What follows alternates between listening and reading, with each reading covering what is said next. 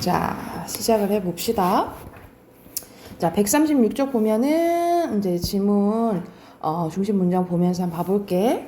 자, 심리학자인 카너먼은 인간이 논리적인 사고 과정을 통해 합리적인 문제를 해결하기보다는 직감을 통해 문제를 해결하는 경향이 강하다고 이 사람은 주장했대요. 예컨대 하면 이제 예시지.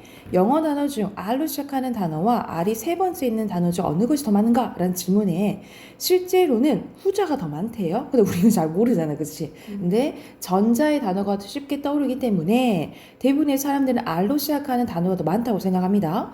그는 이를 해당 사례를 자주 접하거나 쉽게 떠올리면 발생 빈도가 높다고 판단하는 인간의 심리적 특성을 기인한다고 보았다. 그는 실제 인간의 행동에 나타난 다양한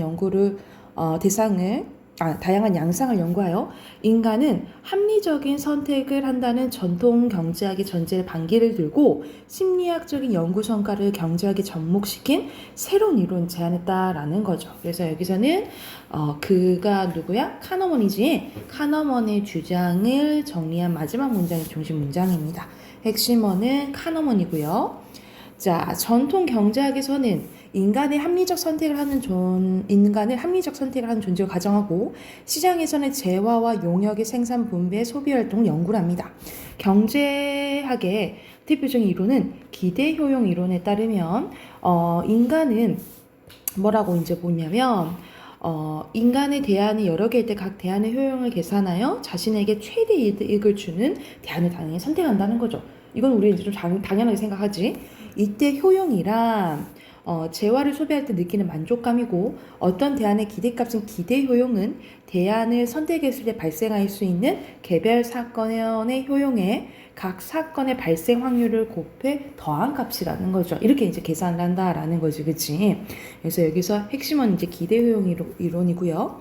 예컨대 또 예시 나오네. 동전을 던져 앞면이 나오면 2만 원 얻고 뒷면을 나오면 만 원을 잃는 게임을 A, 앞면이 나오면 만 원을 얻고 그리고 뒷면이 나오면 5천 원을 잃는 게임이 있다고 해보자. 화폐 효용은 그것을 액면과 같다고 할 때 앞뒤 확률은 이제 2분의 1이죠. 그쵸? 그래서 기대효용은 계산하면 5,000원이고 B의 기대효용은 2,500원이라는 거지. 그치? 그래서 결과적으로 보면 기대효용의 이론에 따라서 합리적 판단을 한다면 기대효용이 더 큰 A를 선택해야 되겠지만 실제 상황은 사람들이 뭐를 많이 선택해? B를 많이 선택한다라는 거야. 사실 선생님 같아도 일으킨 좀 싫어가지고 선생님도 B를 할 것 같아요. 카너먼은 이러한 선택의 문제를 선택하기 위해서 전망 이론을 제시했는데요. 전망 이론은 말 그대로 이제 앞에 보는 거지. 이득보다는 손실에 대해서 민감하게 반응하는 인간의 심리가 선택 행동에 미치는 영향을 설명하는 이론입니다. 여기서 전망은 이득과 손실에 대해서 사람들이 느끼는 심리 상태를 의미해요. 전망은 대안을 선택했을 때 발생할 수 있는 개별 성과 가치에 각각의 결정 가치를 곱해 모든 더한 값이다라는 거지.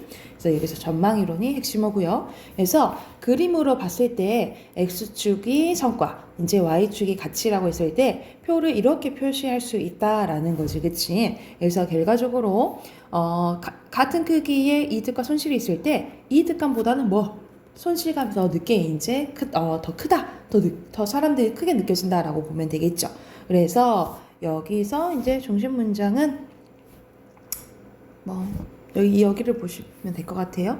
여기를 중심 문장이라고 보시고 그리고 핵심어는 이제 그림을 해석하는 거니까 그림으로 볼게요. 그래서 이 그래프에 앞서 예를 든 A와 B 중에 사람들이 후자를 만약에 선택하는 이유를 분석하면 2만 원을 얻었을 때 이득감이 만 원을 잃었을 때 이득보다는 크지만 사실상 이득은 크잖아. 그리고 2배니까 훨씬 크죠. 그런데 만 원을 잃었을 때 손실감이 5천 원 잃었을 때 손실감은 훨씬 더 크기 때문에 이제 더 큰 손실감을 피하고자 하는 심리가 반영됐다라고 생각을 하시면 되겠죠. 그래서 여기서는 선택하는 이유에 대해서 나온 거고요. 전망 이론에서는 이러한 심리가 실제 선택 행동에 영향을 미치는 현상을 틀 효과라고 합니다. 틀 효과에 대해서 나오는데 이에 따르면 사람들은 여러 대안 중 하나를 선택할 때 선택 상황이 자신에게 이득을 주는지 손실을 주는지에 따라 전자를 긍정적인 틀로, 그래서 이거에 관한 문제 뒤에 나오죠, 그죠?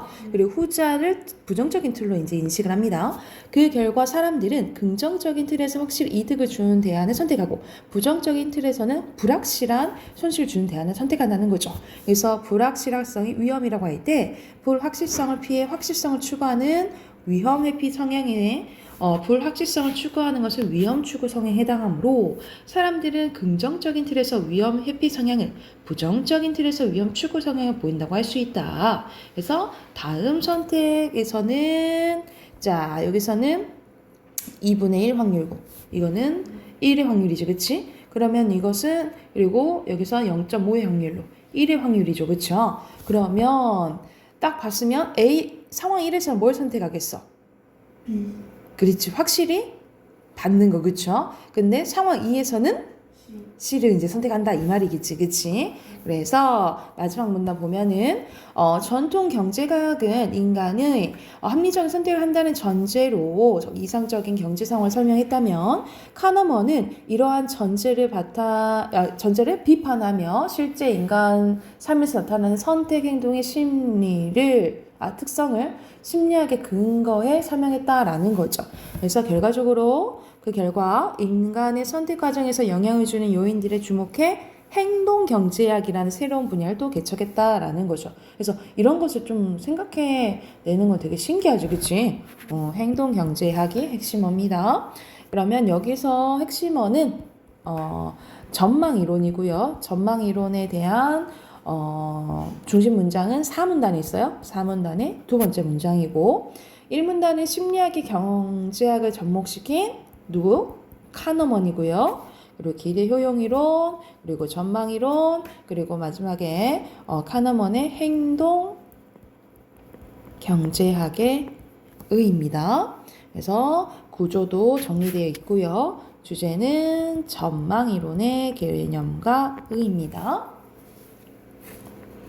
그러니까는 표만 딱 보면 어렵겠다 했는데 딱 읽으니까 그렇게 어렵지 않았지, 그지? 네. 거의 이제 이론과 관련된 내용이어가지고. 1번에 알맞지 않은 거? 1번. 그렇지, 1번이고요. 자, 이거는 전망 이론이죠? 네. 그리고 2번에 적절한 것은 여기서는 3번. 익숙해야 되는 거지, 그치? 네. 3번이고요. 3번에 1번. 그리고 4번 가볼게요. 4번에 알맞지 않은 거? 2번. 여기서는 둘 다 뭐겠어요? 위험 추구 성향이겠죠? 네. 그리고 5번에 여기서는 적절한 거네. 여기서는 손실감이 더 큰 거잖아, 그치? 이득감보다, 그지? 그러면 4번이겠죠. 그죠? 그리고 6번에 마지막 틀 효과에 대한 적용 문제는, 그치? 네. 적절한 것은 사람들은 뭘 선택하겠어? 이건 부정적인 거니까 나를 선택하겠죠, 그쵸? 네. 그래서 답 2번이죠. 됐나요? 네. 자, 두 번째 것도 한번 봐볼게요. 이거 혹시 두 번째 거 했던 거 혹시 기억나나요?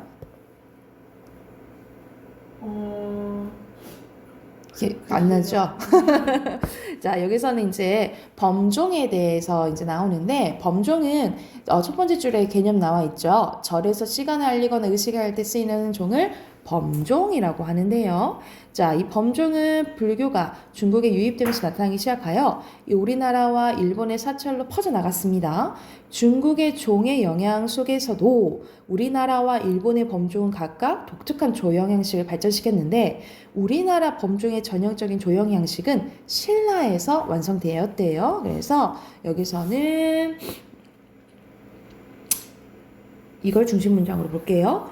신라에서는 독창적이고 섬세한 조형 양식을 지닌 대형종을 주조했는데 이는 중국이나 일본에서는 어려운 거였대, 그치? 그래서 이러한 신라의 종의 조형 양식은 조선 초기에 기점을 한 큰 변화가 나타나기 전까지 후대 범종이 계속 계승됐대요. 그래서 유명한 게 에밀레종이잖아요. 에밀레 이제 울린다고 해서 그래서 선생님이 그걸 이제 어렸을 때 만화책으로 읽었었거든요. 근데 진짜 그 애기를 막 갈아서 만들었다 하니까 너무 무서운 거야. 사람을 갈아 아마 이제 전설이겠죠, 그렇죠?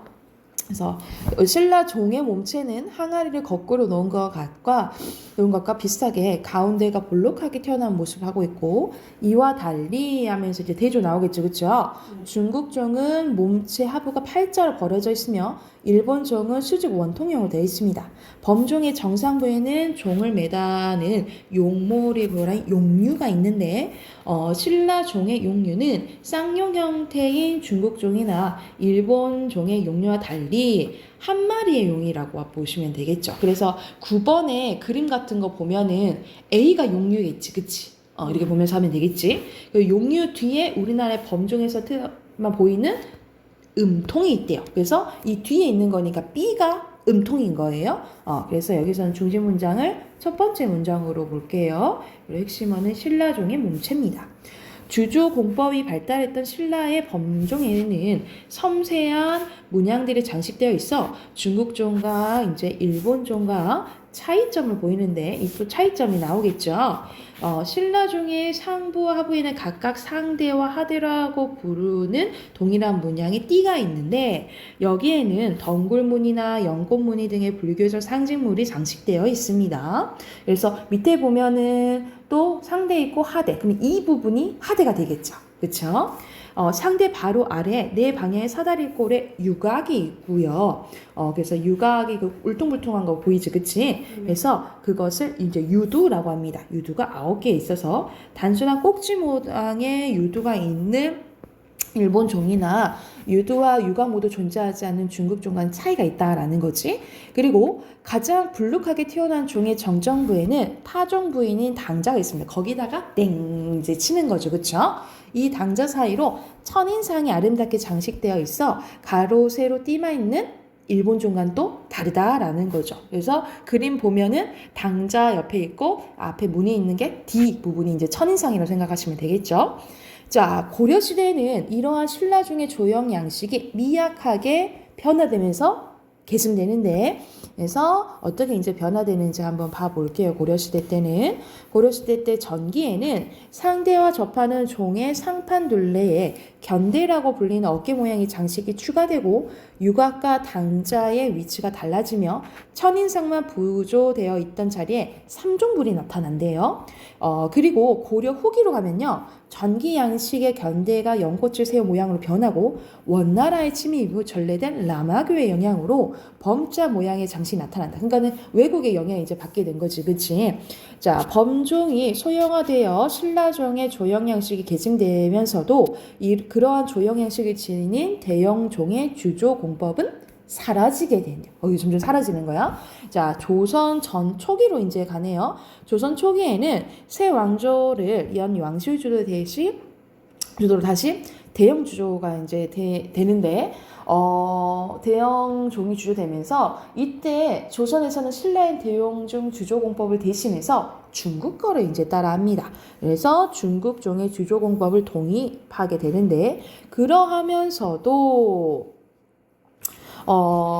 중국 종처럼 음통이 없어 쌍용으로 된 용류가 이제 등장하고 약간 한 마리였잖아, 그치? 이제 쌍용이고 당자가 사라지고요. 신라종의 섬세한 장식 대신 중국종의 전형적인 장식들이 나타나게 됩니다.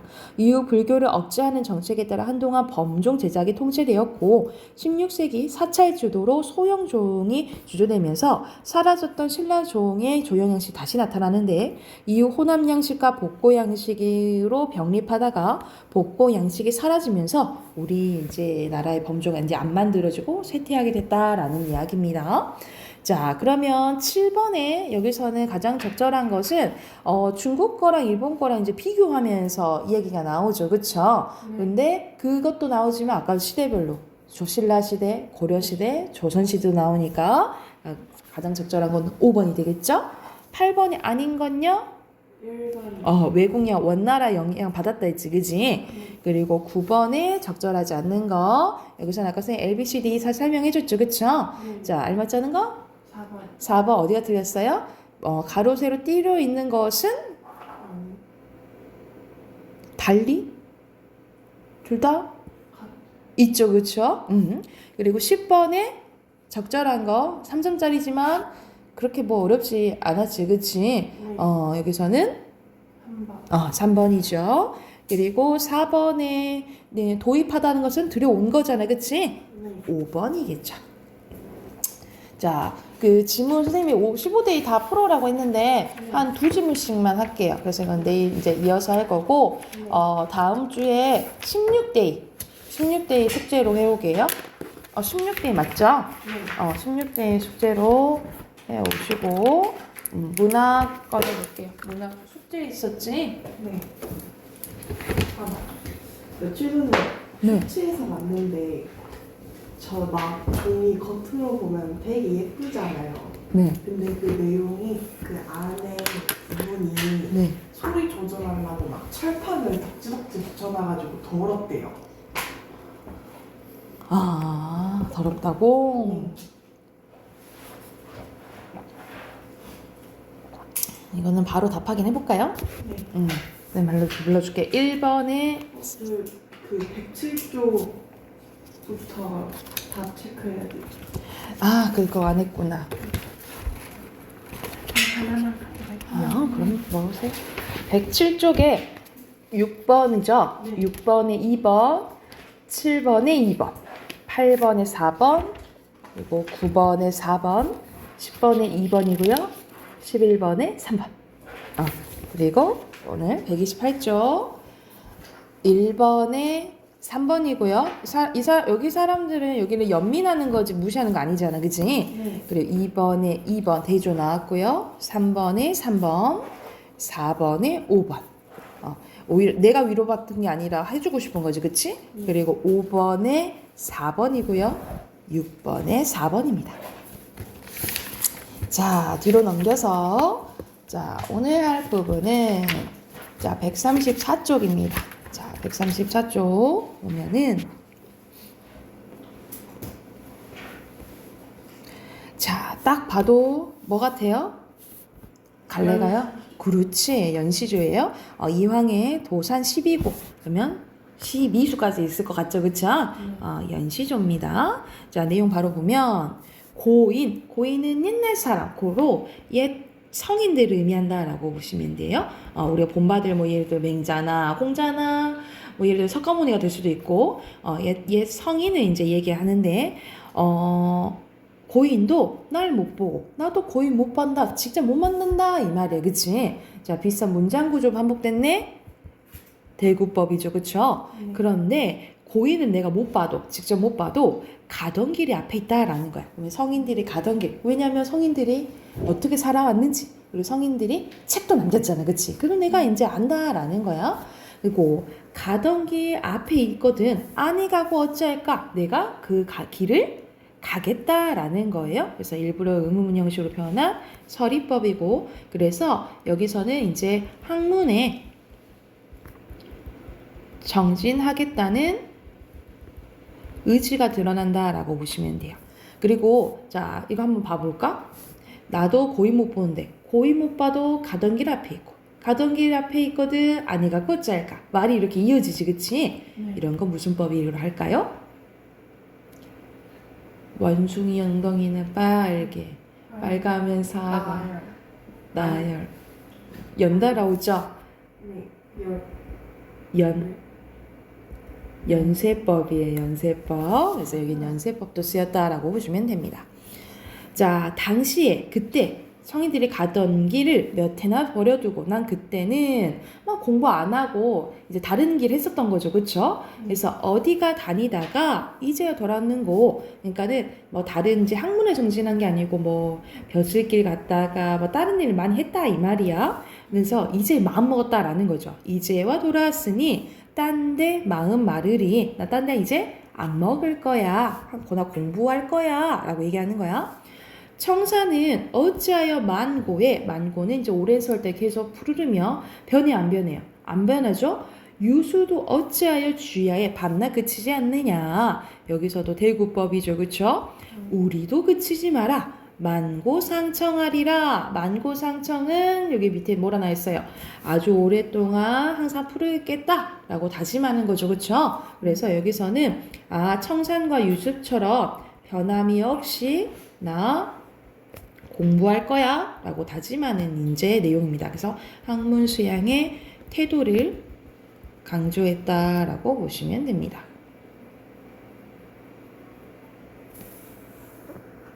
그래서 말 그대로 주제도 학문 수양의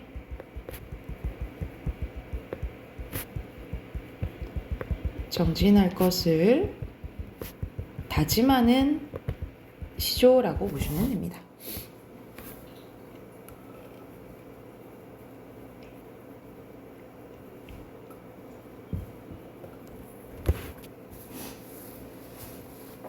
됐습니까?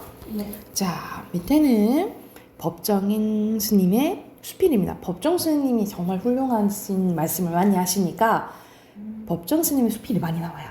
그래서 법정 스님의 책이나 이런 것들이 이제 읽는 게 조금은 도움이 될 수도 있겠죠, 그렇죠? 그렇죠. 자, 또 성인이 나오네. 그 공통적인 것으로 성인 이야기를 하는 거예요, 그렇지? 자, 지나간 성인의 가르침은 하나같이 간단하고 명료했다. 들으면 누구나 다 알아들을 수 있는 내용이었다. 그런데 학자라는 사람들이 튀어나와 불필요한 접속사나 수식어들로 말의 갈래를 쪼개고 나누어 묘한 진리를 어렵게 만든다. 너무 말을 어렵게 해. 보통 이제 공부를 한다라는 학자들이 어떻게 살아야 할 것인가에 대한 자기 자신의 문제를 묻어준 채 이미 뱉어버린 말의 찌꺼기를 가지고 시시콜콜 뒤적거리며 이러쿵저러쿵 따지려던데 생동하던 언행은 이렇게 해서 지식의 우란에 갇히고 만다. 그러니까 막 움직이고 여러 가지 생각할 수 있는 것들도 이 학자들이 그냥 요거 틀 안에 가둬버린다라고 얘기를 하는 거예요. 이와 같은 학문이나 지식을 나는 믿고 싶지는 않대. 신용하고 싶지는 않대요. 현대인들은 자기 행동은 없이 남의 흉내만을 내며 살려고 하는데 맹점이 있다.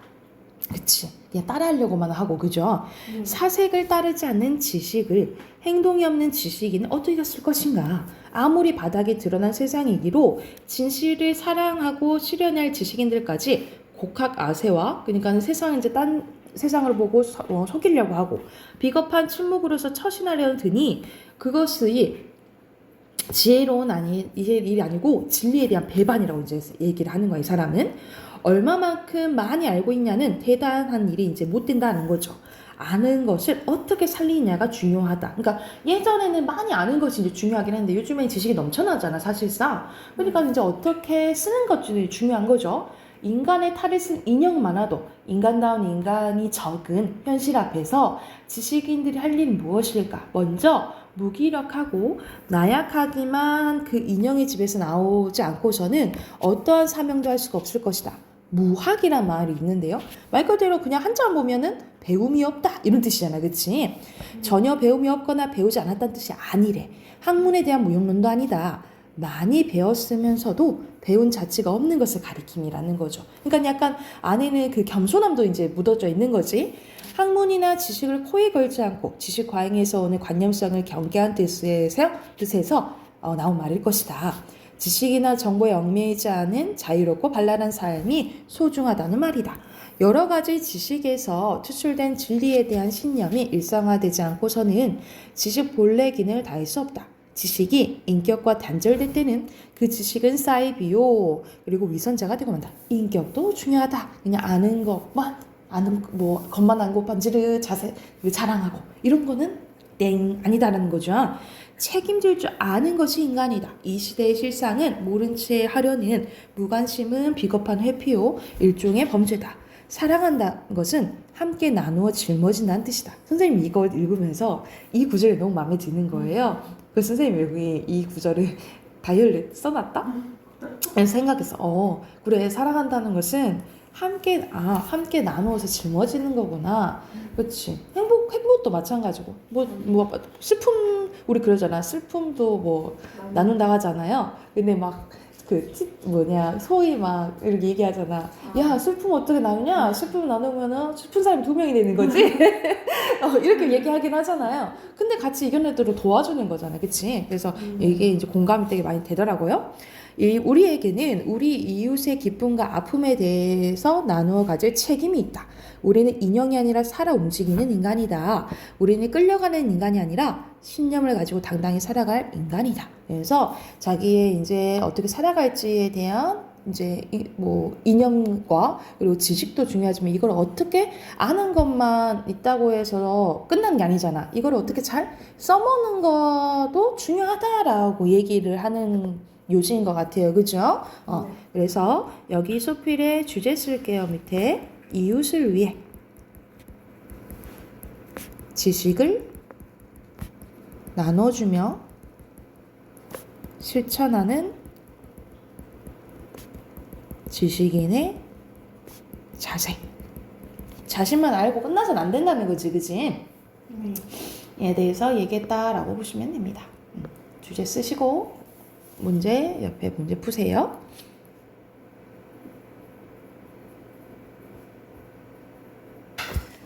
자, 7번에 적절한 거 몇 번? 4번. 오케이, 4번이고요. 8번에는요? 1번. 성인들 나오죠, 그죠? 9번이 아닌 거? 4번. 여기서 4번은 부정표현 A는 말다가 나오는데 B는 없어요. 그리고 10번요? 4번. 4번. 여기서는 말이 대비도 아니죠. 네. 똑같은 거고 자기 중심 태도도 아니고, 그지? 11번에 아닌 거는 이거는 배움이 없는 것은 아니라고 했죠? 2번입니다. 자, 뒤로 넘겨서 하나 더 해볼게요. 자, 여기서는 좀 길다, 그치? 그러면 가사인 걸 알 수가 있겠죠, 그쵸? 내용 바로 보면요.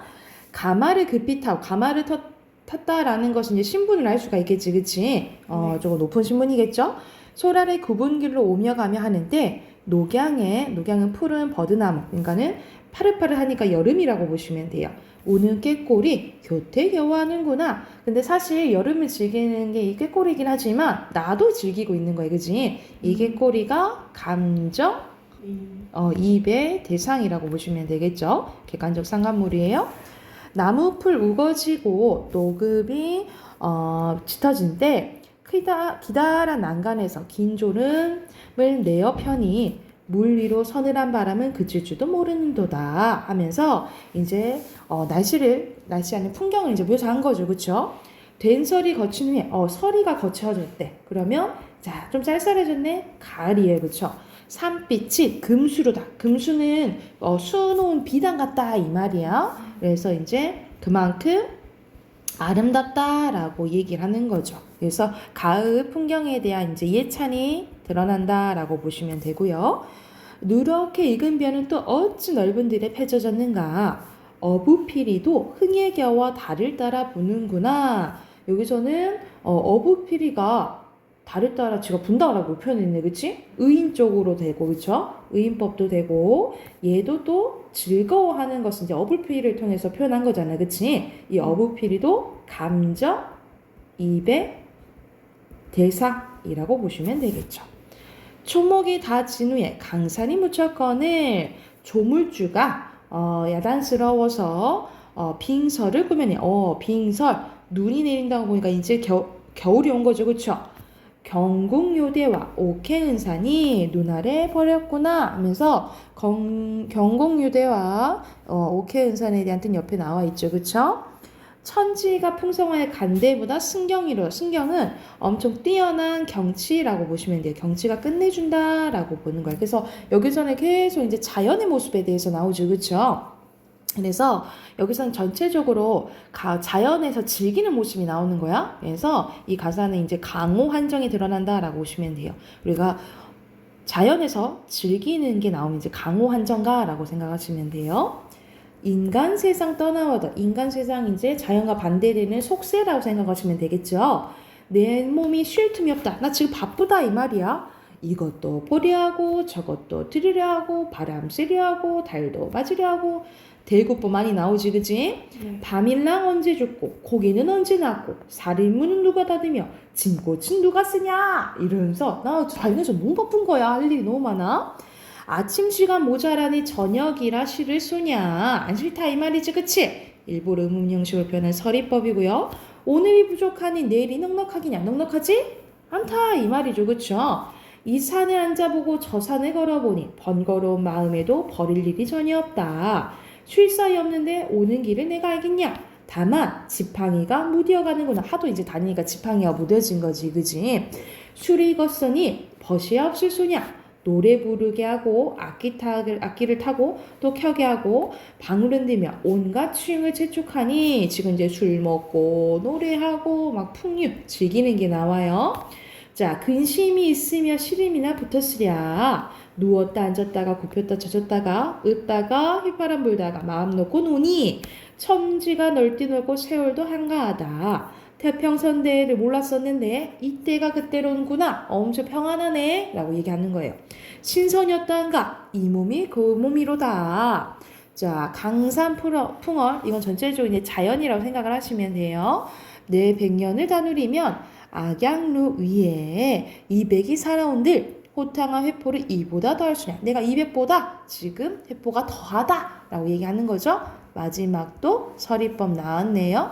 그래서 마지막은 마지막은 안 나왔는데 마지막 줄은 이렇게 내가 한가롭고 잘 지낼 수 있는 것도 임금덕이다 라고 이제 얘기가 나오거든요. 그래서 이 주제는 자연을 즐기는 풍류와 임금의 은혜에 대한 감사가 드러난다 라고 보시면 돼요.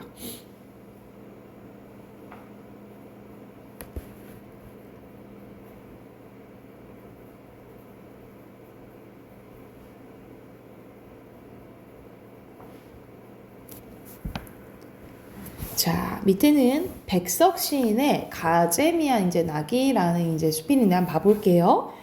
동해에 가까운 거리로 와서 나는 가재미가 가장 친하대요. 가재미. 광어, 문어, 고등어, 평매, 횟대, 생선 많지만 모두 한두 개 나를 물리게 한다.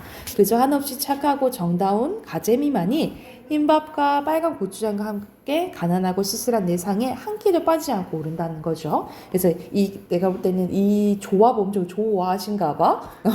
나는 이 가재미를 처음 십전 하나에 뼈 가우측 되는 것 6마리를 받아들여 왔다. 다음부터는 할머니가 둘은 40개 25전에 사오시는데 큰 가재미보다도 잔 것을 내가 좋아해서 모두 손길만큼 한 것들, 짜잔한 것을 좋아하는 거죠. 그동안 나는 한달포 이 고를 떠났다 와서 오랜만에 내 가재미를 찾아 생선장으로 갔더니 섭섭하게도 물건이 이제 보이지 않았다는 거죠. 음력 8월 초상이 되어서 이내 친한 것이 온다고 한다. 나는 어서 그때가 와서 우리들 흰밥과 엄청 거의 한 몸이에요. 우리들 흰밥과 고추장과 다 만나서 아침 저녁 기뻐하면 기뻐하며 그걸 기다리는 거죠. 그때만 또 25전에 두어두릇 해서 나와 같이 이 물선을 좋아하는 H한테도 보내야겠다. 묘지와 내옥과 교회당 사이에서 생명과 죄와 신을 생각하기 좋은 우능리를 떠나서 500년 된 오래된 이 고을에서도 다 못한 곳, 옛날에 헐리지 않는 중리로 왔는데 예서는 물보다 구름이 더 많은 흐르는 성천강이 가깝고 또 백모관봉의 시원한 눈도 바라 보인대요. 그러면 여기서 눈이 나온다니까 배경이 겨울인 걸 알 수 있겠죠. 그렇죠? 이곳에 좌우로 긴 회담들이 맞물고 늘어선 좁은 골목이 나는 좋다. 이 골목의 공기는 하얀이 이제 밤꽃의 냄새가 나는데 이 골목을 나는 나귀를 타고 이렇이 왔다 갔다 하고 싶다. 또 예서 한 오리에서 되는 학교까지 나귀를 타고 다니고 싶다. 나귀를 한 마리 사기로 했다. 그래서 초장 마장을 가보나 나귀는 나지 않는다. 촌에서 다니는 아이들이 있어서 수소문에도 나귀를 팔겠다는 데가 없었대요. 얼마 전에 어느 아이가 재래종의 조선말 한 피를 사면 어떠냐고 한다. 값을 물었더니 한 5원만 주면 된다고 한다. 이 존말로 할까 머리를 기울여 보았으나 그래도 나는 그 처령한 강나귀가 좋아서 좀 더 구해보기로 했다. 그래서 나귀 모양이 이제 나오는데 좋아하는 제목의 가재미와 나귀에 대해서 이야기한 거라고 생각을 하시면 될 것 같아요. 자, 이거는 숙제로 해오시고요. 5문제거든요. 5문제 숙제로 이제 해오시고 문법을 안 해서 문법 좀 할게요.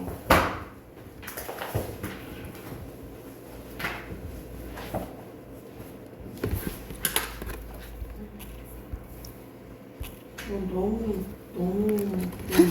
이해하기가 힘들었어요. 이거 이해하기가 힘들었어. 좀 선생님 풀어보라고 했었지, 그치? 네. 그래서 선생님이 이제 전반적으로 다시 한번 설명을 이거 해줄게.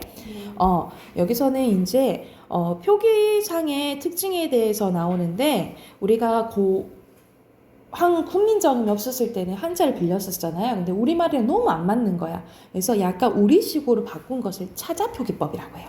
차자표기법이라는데 이 차자표기법에는 크게 세 가지가 있다라고 생각하시면 돼요. 향찰, 이두, 후결. 근데 여기서는 고유명사 표기까지 나오긴 했거든요. 근데 향찰, 이두, 후결이라고 보시면 되고 이렇게 갈수록 점점 발달된 거라고 생각하시면 돼요. 그래서 반대로 보면 돼. 밑에 이제 구결 나와 있죠. 구결은 한문은 그대로 두고 이제 말이 이어지게끔 그냥 우리가 조사나 어미를 덧붙인 걸 구결이라 하고요. 한문 문장은 우리말 어순을 바꾸고 한자의 의미나 뜻을 빌려서 우리말의 조사나 어미를 표기한 게 이두, 가장 약간 우리식으로 바꾼 게 향찰이라고 보시면 돼요. 그래서 신라시대 때 이제 쓰인 건데 그래서 이 향찰로 지은 시를 향가라고 하는 거죠. 향가. 그래서 향찰에는 뭐가 있느냐면 실질적인 부분, 의미를 지닌 부분은 한자의 뜻을 빌려서 표기하고 우리 뜻을 빌리는 것을 훈차라고 하고요. 우리가 문법적인 요소는 소리를 빌려서 표기하는데 소리를 빌리는 것은 음차라고 보시면 됩니다. 음차예요. 그래서 만약 그냥 읽기 편하게 봐봐. 선화공주까지는 그냥 읽었잖아, 그치? 그러면 음차인 거예요. 근데 님주자에서 뜻의 님주자잖아, 이거는. 근데 뜻으로 해석을 했죠. 그러면 이건 훈차인 거야. 그리고 이거 소리만 가까운 건 그래서 이건 음차 이렇게 한다라고 생각하시면 돼요. 이해됐나요? 그러면 옆에 있는 문제는 바로 풀 수 있겠지. 봐봐. 여기서는 그러면 음차, 이게 훈차라고 생각을 하시면 돼요. 그러면 순서대로 봐봐. 해보면 훈차죠? 네. 훈차, 그 다음 뭐야? 음차, 훈차, 그 다음에 음차, 훈차, 음차죠. 그러면 봐봐. 실질, 형식, 형식 이렇게 되는 거야. 그러면 답 몇 번일까요? 3번. 여기서는 양은 뭐였어? 여기서 음차였잖아, 그치? 뜻을 빌려 표기한 게 아니죠. 그래서 3번인 거예요. 됐나요? 그래서 옆에 빈칸 바로 넣어보면 차자 표기법이고요. 그리고 표기법의 종류는 고유명사 표기, 구결, 이두, 향찰 쓰시면 되고 음을 빌려서 쓰는 거 모두 골라야 문법적인 거 조사, 어미, 접사예요. 그리고 뜻 빌린 거 님주자죠? 이거 하나 모르시면 되고 순서대로 XO입니다. 자, 뒤로 넘겨서 자, 오늘 할 부분입니다. 오늘 할 부분은 자, 우리가 고대 국어도 중요하긴 하지만 가장 더 중요한 게 중세 국어예요. 왜냐하면 중세 국어 때 한글을 만들었기 때문이에요. 15세기 때. 그래서 세종대왕이 한글을 만들었을 때는 그때 훈민정음을 만들었을 때는 어떤 문법적인 게 있었냐 이거에 대해서 이제 배울 건데 자, 먼저 창제 원리입니다. 창제 원리는 우리가 중학교 2학년 때 배웠거든요. 자, 먼저 자음을 만드는 원리에는 여기는 안 써져 있긴 한데 세 가지가 있어요. 상형, 가획, 이체 원리. 이 세 가지가 제자 원리라고 보시면 돼요. 자, 먼저 조성 자음의 제자 원리인데 상형의 원리입니다. 상형은 본땄다라고 생각하시면 돼요. 뭘 본땄냐면 발음 기관의 모양을 본땄어요. 그래서 발음 기관의 모양을 본따서 기본자를 만들었는데 기본자 5자를 만듭니다. 이 5자가 밑에 표로 정리되어 있어요. 자, 혀뿌리가 목구멍을 막는 모양을 본따서 기역을 만들었는데 이 기역을 어금니 소리 아음이라고 하고요. 혀끝이 윗잇몸에 닿는 모양을 본땄는데 이것은 니은이고요. 혀소리 설음이라고 하고 입의 모양을 본따서 미음, 입술소리 순음이고요. 이의 모양을 본따서 시옷, 입소리 치음, 목구멍을 본따서 이응, 목구멍 소리 효 이렇게 불러요. 그래서 기본자 몇 자? 5자를 만들고 이 기본자에다가 획을 더해서 글자를 만드는데 획을 더하면 어떤 특징이 있냐면 소리가 세져요. 그래서 소리의 세기를 표시한 게 가획의 원리라고 보시면 됩니다. 그래서 가획자는 총 9자예요. 그래서 순서대로 어금니 소리 키읔, 그리고 혀소리 디귿 티읕, 입술 소리 비읍 피읍, 입소리 지읒 지읒, 목구멍 소리 여린 히읗과 히읗이고요. 그래서 총 9자지, 그치?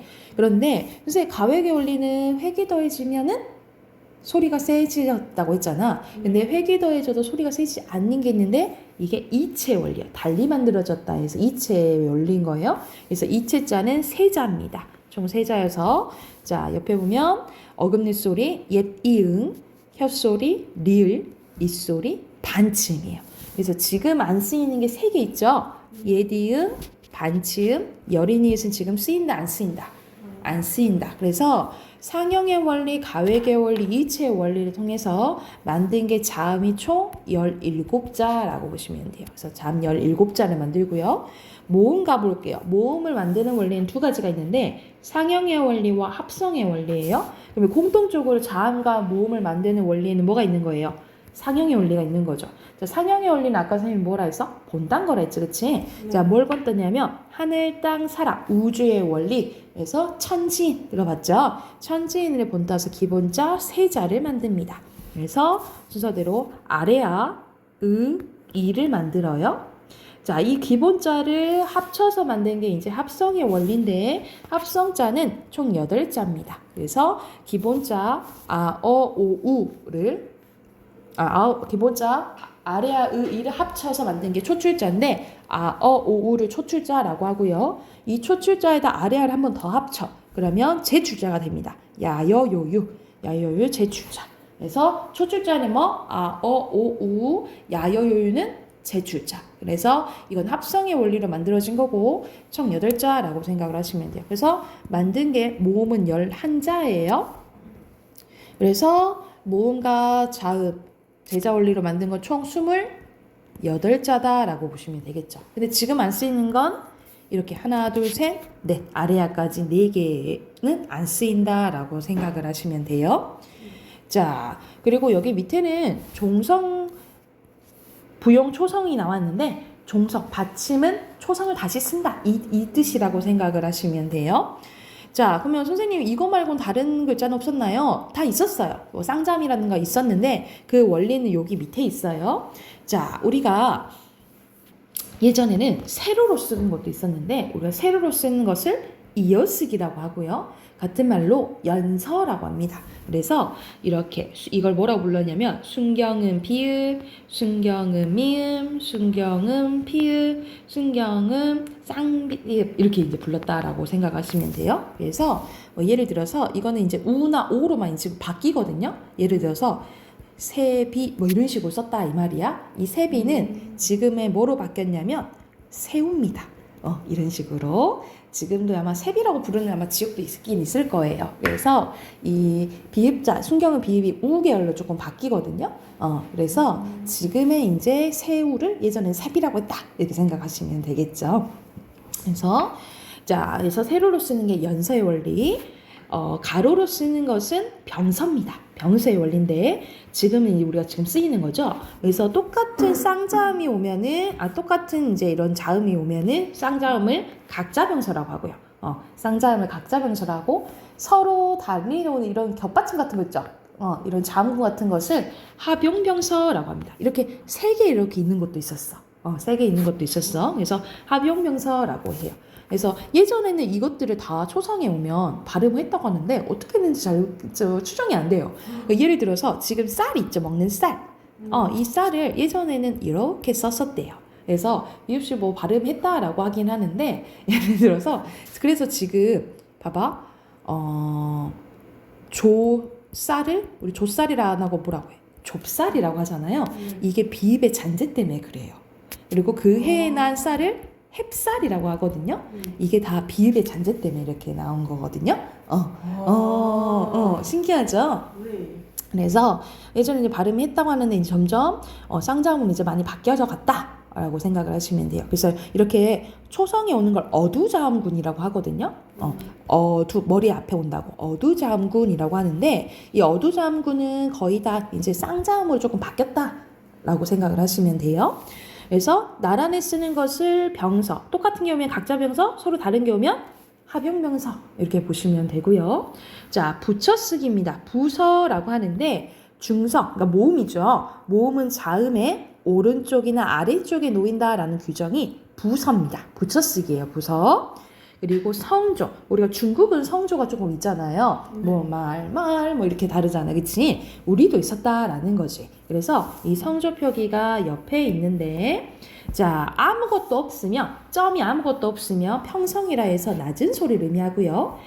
점이 왼쪽에 하나 있으면 거성이라 해서 높은 소리를 의미하고 점이 2개 있으면 상성이라고 해서 점점 높아지는 소리라고 보시면 돼요. 예를 들어서 뭐 말로 해보자. 말, 평성, 거성, 말, 거성, 상성은 말 이렇게 되는 거지, 그렇지? 그리고 입성은 빨리 끝나는 소리라고 생각하시면 돼. 길게 발음 안 하고 종성에 기역, 디귿, 비읍쇼, 그러니까 기역, 디귿, 비읍쇼 받침이 오면 빨리 끝나는 거야. 예를 들어서 각이라고 해보자. 그럼 각 빨리 끝나는 거야. 길게 발음, 각 이렇게 발음 안 하고 각 이렇게 끝나는 것을 입성이라고 보시면 돼요. 이해됐나요? 그래서 평성, 거성, 상성 이 순으로 이제 보시면 되고요. 그리고 음절 이루기라고 보면 되는데 우리 음절은 우리가 한 번에 발음할 수 있는 단위를 음절이라고 하죠. 그렇죠? 그래서 초성, 중성, 종성이 합쳐져서 하나의 음절을 이루는 것을 성음법이라고 합니다. 그래서 예를 들어서 각, 초성, 중성, 종성을 이렇게 이루어지는 거죠. 이걸 이제 한 음절이라고 생각을 하시면 돼요. 여기까지 됐을까요? 네. 그러면 옆에 문제 풀고 끝내줄게.